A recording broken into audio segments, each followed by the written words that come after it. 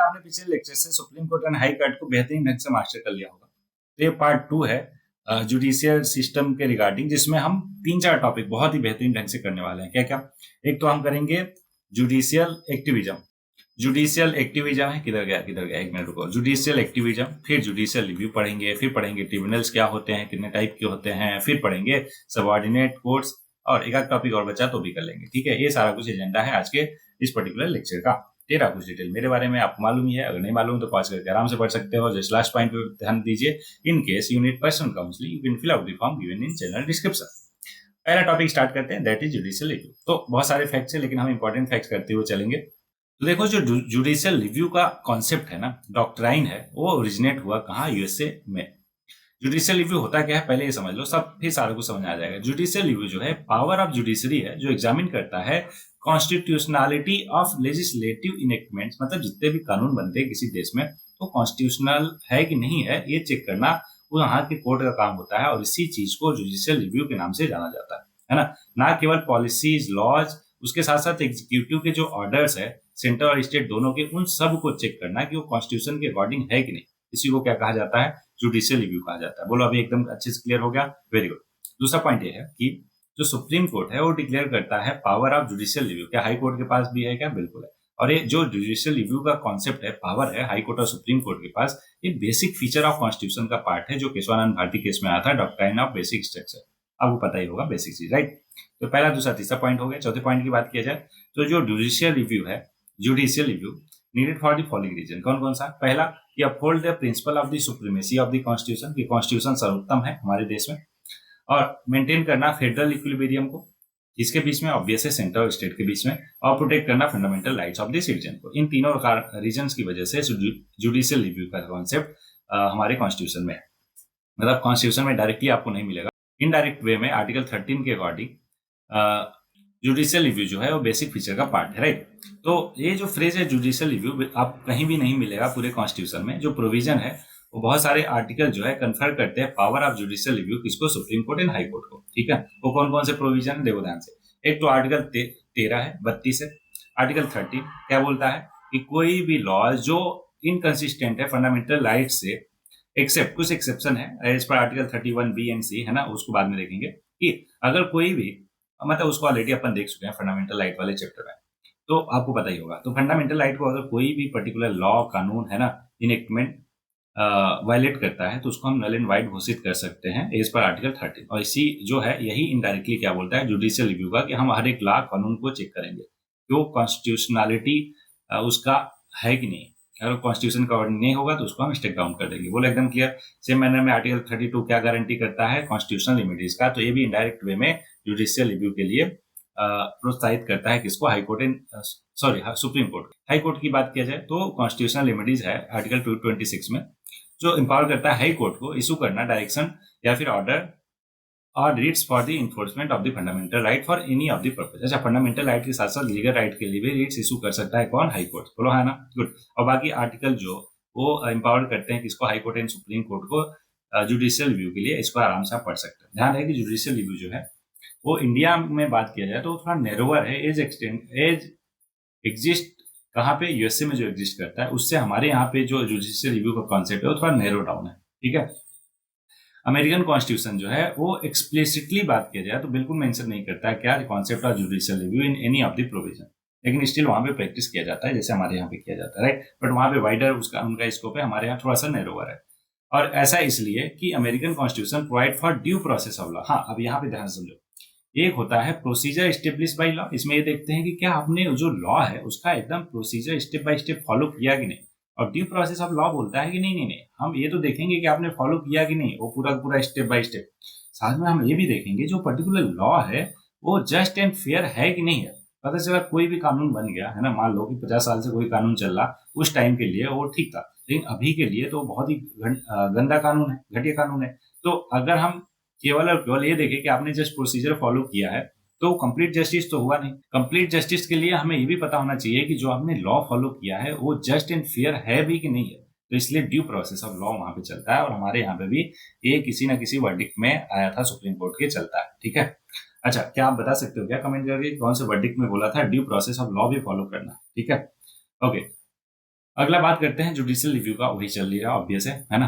तो 9 शेड्यूल जो है, judicial review of the 9 schedule, अब ये इंटरेस्टिंग चीज है, इसको आपको ध्यान में देखना है। तो देखो ये इतना लंबा चौड़ा है, आराम से आप बाद में पढ़ लेना, शॉर्टकट में मैं पूरा का पूरा समझा देता हूँ आपको, ठीक है।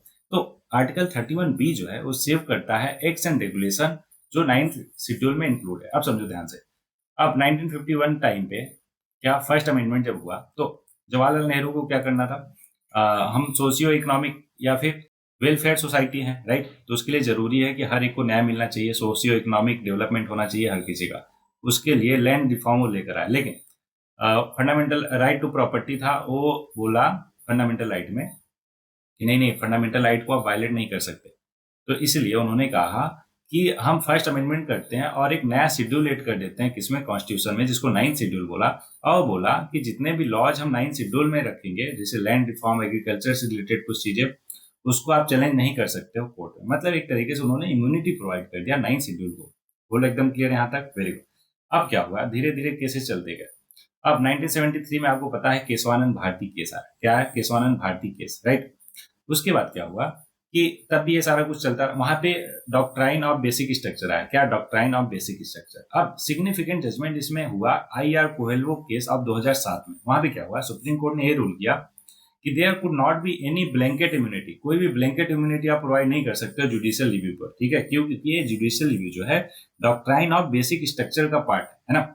तो इसलिए जो 9th शेड्यूल में जितने भी लॉज हैं, क्या, जितने भी 9th शेड्यूल में लॉज हैं, अब ध्यान समझना, 2007 की बात हो रही, और बेसिक स्ट्रक्चर ऑफ डॉक्ट्राइन कब आया, 1973, है ना। तो इसलिए सुप्रीम कोर्ट ने ये वर्डिक्ट दिया कि 1973 से पहले जितने भी लॉज आपने 9th शेड्यूल में रख लिए, कोई दिक्कत नहीं, हम उसमें जुडिशियल रिव्यू जो है कॉन्सेप्ट नहीं यूज कर सकते। लेकिन 1973 के बाद जितने भी लॉज आपने कहाँ पे 9th शेड्यूल में डाले हैं, वो सारे के सारे जुडिशियल रिव्यू के पार्ट बनते हैं। मतलब उसको हम रिव्यू कर सकते हैं अगर वो इनकंसिस्टेंट रहा, मतलब उनकी कॉन्स्टिट्यूशनलिटी अगर नहीं है, तो उसको अपन स्टेक डाउन कर सकते हैं, ठीक है।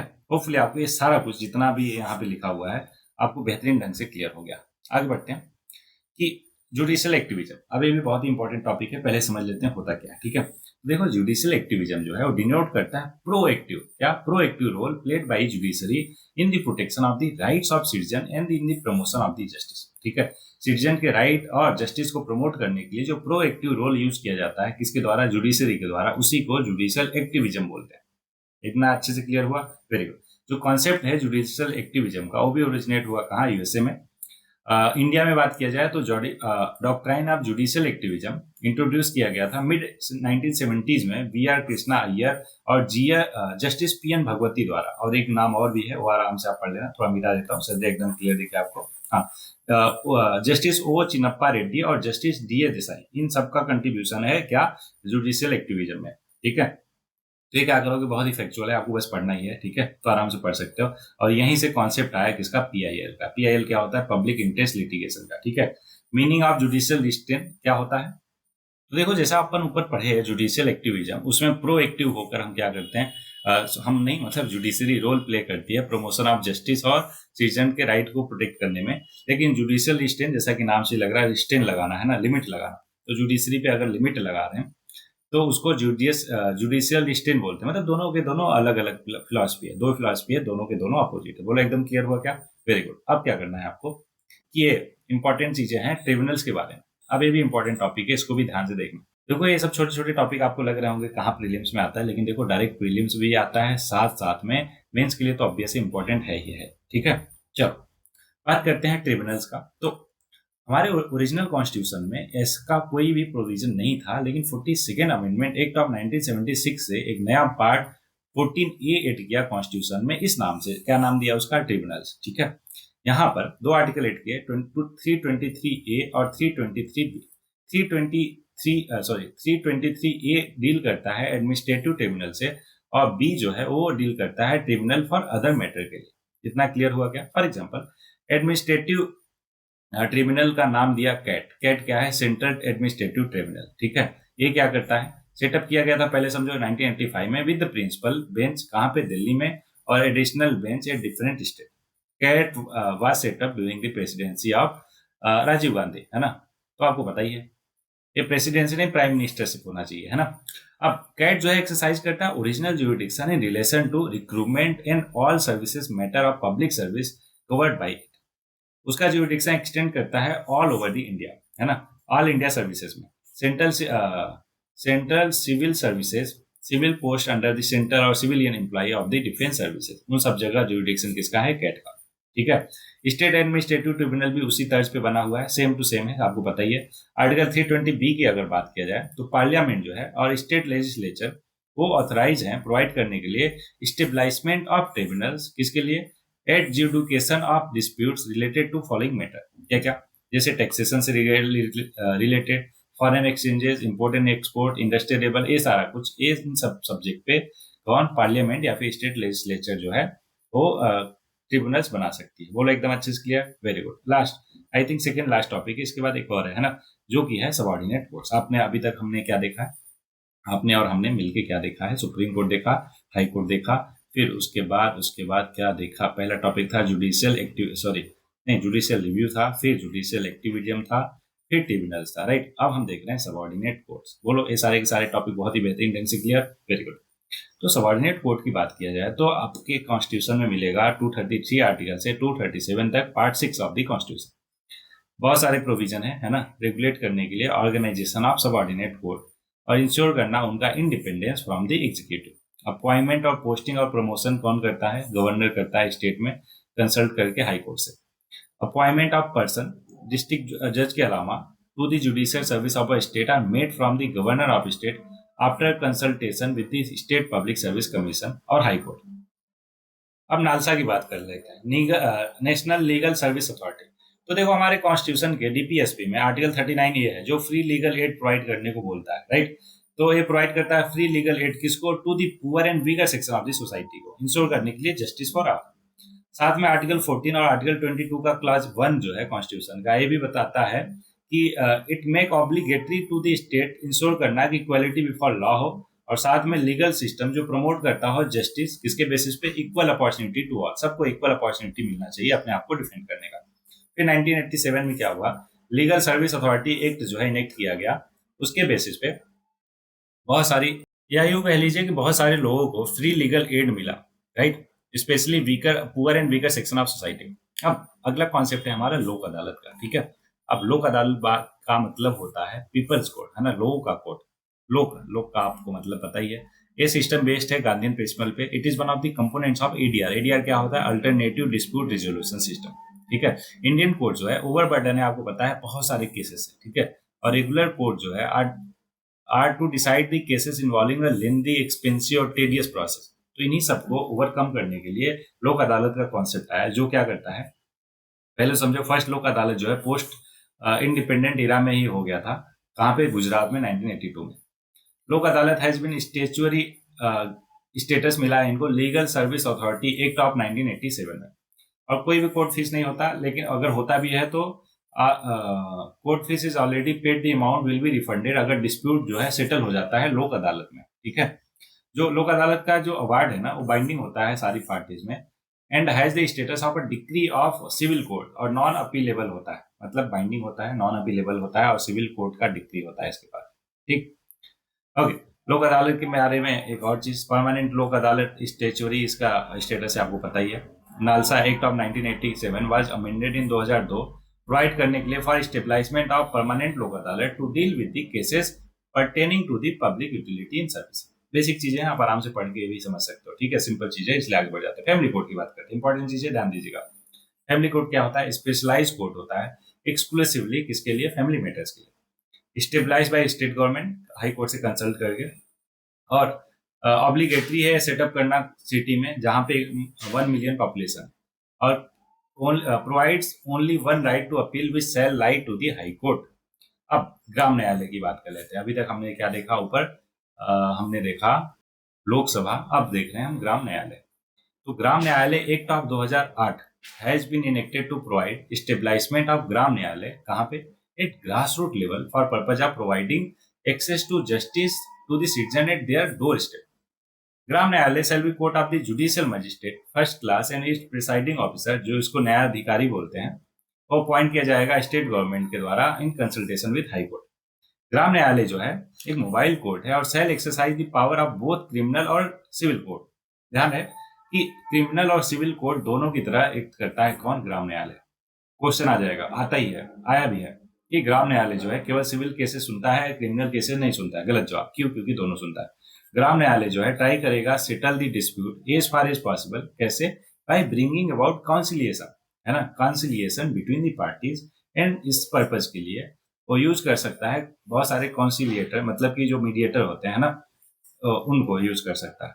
Gram Nyayalaya shall not be bound by the rules of evidence provided in the Indian evidence act, लेकिन वो प्रिंसिपल ऑफ नेचुरल जस्टिस को फॉलो करेगा, है ना, और कोई भी any rule made by high court, इन दोनों को फॉलो करेगा। भले ही वो IEA मतलब इंडियन एविडेंस एक्ट ऑफ 1872 को फॉलो ना करे, लेकिन उसको प्रिंसिपल ऑफ नेचुरल जस्टिस और subject to any rule made by high court को फॉलो करना ही करना पड़ेगा। अगर हम बात करें अपील का, तो appeal in criminal cases shall lie to the court of session which shall be heard और dispose within a period of 6 महीना। कितना? 6 महीने from the date of filing of such appeal. एकदम क्लियर? गुड। तो यहाँ पे complete होता है हमारा जुडिशियल का सेकंड पार्ट। होपफुली इसमें आपने बहुत ही बेहतरीन ढंग से, अभी तक हमने पूरा जुडिशियल में क्या किया थोड़ा सा रिकैप करवा देता हूँ, शरीर आपको क्लियर है कि अपन ने क्या क्या किया है और याद भी रहे। सुप्रीम कोर्ट, हाई कोर्ट, फिर हमने देखा जुडिशियल रिव्यू, फिर जुडिशियल एक्टिविज्म, फिर ट्रिब्यूनल, फिर सबऑर्डिनेट कोर्ट्स। उसके अंदर में देखा हमने क्या? ग्राम न्यायालय, और क्या देखा था? हाँ, कुछ तो देखा था, हाँ, और देखा था लोक अदालत, और कुछ देखा था क्या? पता नहीं। तो ये सारा का सारा सिलेबस हमने देखा है ना। होपफुली आपको एक एक चीज अच्छे से क्लियर होगा। कहीं पे डाउट क्वेरी परेशानी है तो ऑब्वियसली कमेंट बॉक्स में कमेंट करो, अपन डिस्कस करते हैं, उसको क्लियर करते हैं। लेकिन इसको आपको क्या करना है, नोट्स प्रोवाइड कर दूंगा मैं टेलीग्राम चैनल पे। इसको 2 बार, एक बार ये लेक्चर देख लो, बाकी 2 बार अपने से पढ़ लोगे ना, एकदम अच्छे से क्लियर होगा, कहीं पे कोई भी डाउट क्वेरी परेशानी नहीं होगी। ओके, चलो, तो आज के लिए बस इतना ही। लेकिन अगर अभी तक आपने इस चैनल को चेकआउट नहीं किया तो बिल्कुल कीजिए। सारी काम की चीजें आपको एक ही जगह पर मिल जाएगा। जितने भी PYQ पूछे गए हैं आज तक सिविल सर्विसेज एग्जाम में, CDS CAPF में फ्रॉम 1993 से 2024, वो सारे सब्जेक्ट वाइज आपको मिल जाएगा, वो भी टॉपिक वाइज पूरा का पूरा, है ना। और हर कोर्स का ड्यूरेशन कितना है वो मैंने आपके सामने रख दिया है, सो दैट आप डिसाइड कर पाओ कौन सा पहले देखना है, कौन सा बाद में। तो इस लेक्चर में इतना ही, मिलते हैं नए लेक्चर में, तब तक के लिए पढ़ते रहिए, आगे बढ़ते रहिए।